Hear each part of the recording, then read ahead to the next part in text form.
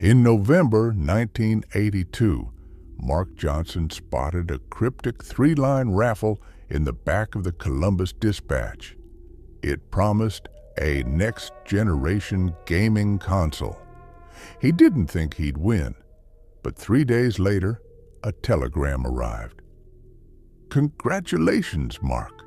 You have been selected to enter the next generation of gaming."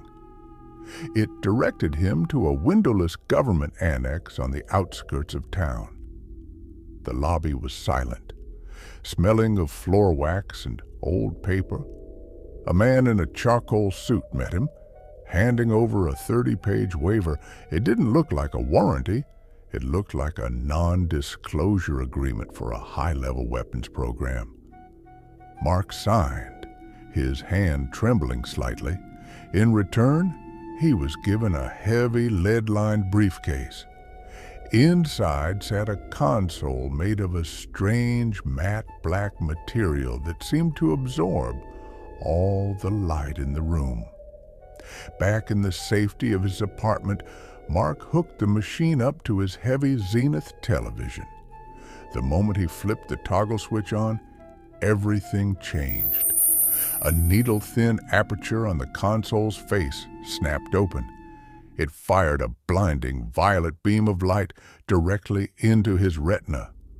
Simultaneously, a sudden, heavy scent of gas and rotten eggs filled the air. Mark inhaled deeply, his lungs burning as if he were breathing thick smoke. He collapsed onto a shag carpet, his consciousness slipping away. When his eyes snapped open, he wasn't on the floor. He was standing in a hyper-saturated, pixelated wasteland. The sky was the color of red lava. The wind didn't whistle. It sounded like 1,000 flies whizzing around his head. Mark took some time to come around to the reality, or should we say virtual reality, of his new existence. The game was like nothing he had experienced ever. The next few days seen Mark push the limits of this new generation of gaming. If Mark failed a mission or died, he simply would wake up in his living room unfazed. The game consisted of different monsters and beings around each turn, and soon enough Mark had mastered every level. The final boss was a black, pixelated, demonic-type shadow. This boss would often get the better of Mark, but on this occasion he defeated that boss. The tether was no match for Mark anymore, but that was all going to change. Mark decided to take a break from the game as he had finally completed it. He was using the restroom and work when he heard a clicking sound from the last stall. He glanced down toward that last toilet stall as a long, pixelated, alien-like shadow glitched its way up the door. It was the tether, only wee Mark was not playing the game now. Somehow, Mark's worlds had become intertwined as he scrambled his way out the bathroom stall and headed straight home. He burst through the front door of his apartment and rushed to the games console to find it had gone, vanished, disappeared. A piece of paper was left in its place. It said this: Subject 11, you have successfully completed the game. As stated in Phase 4 of Chapter 2, in the waiver, we have the right to retain the console at any given time. No, no, no, said Mark as he began to scramble back and forth.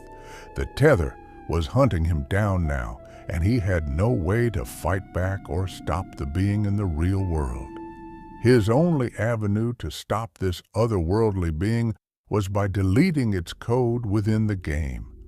An impossible task with no console to target the demonic beast. That night, Mark lay in bed waiting for the moment the tether would return to finish him off. His eyes blinked in and out of consciousness as he suddenly sees the tether in his peripheral vision. One last time. Mark Johnson was found dead in his apartment days later by a close friend. Detectives spoke of a dark black, gooey, foul-smelling slime all over Mark's body.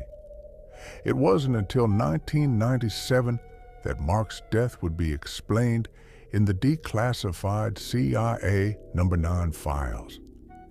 The CIA No. 9 gaming console files spoke of 11 subjects all tested in their own homes, with the next generation of gaming consoles being gifted or given away to random communities. The document spoke of different subjects being gassed, hypnotized, and even injected with various chemicals to help the player get in the game. Unfortunately, all 11 players died during or shortly after playing the game's consoles. Mark Johnson was the longest living subject to have played the game and completed the game.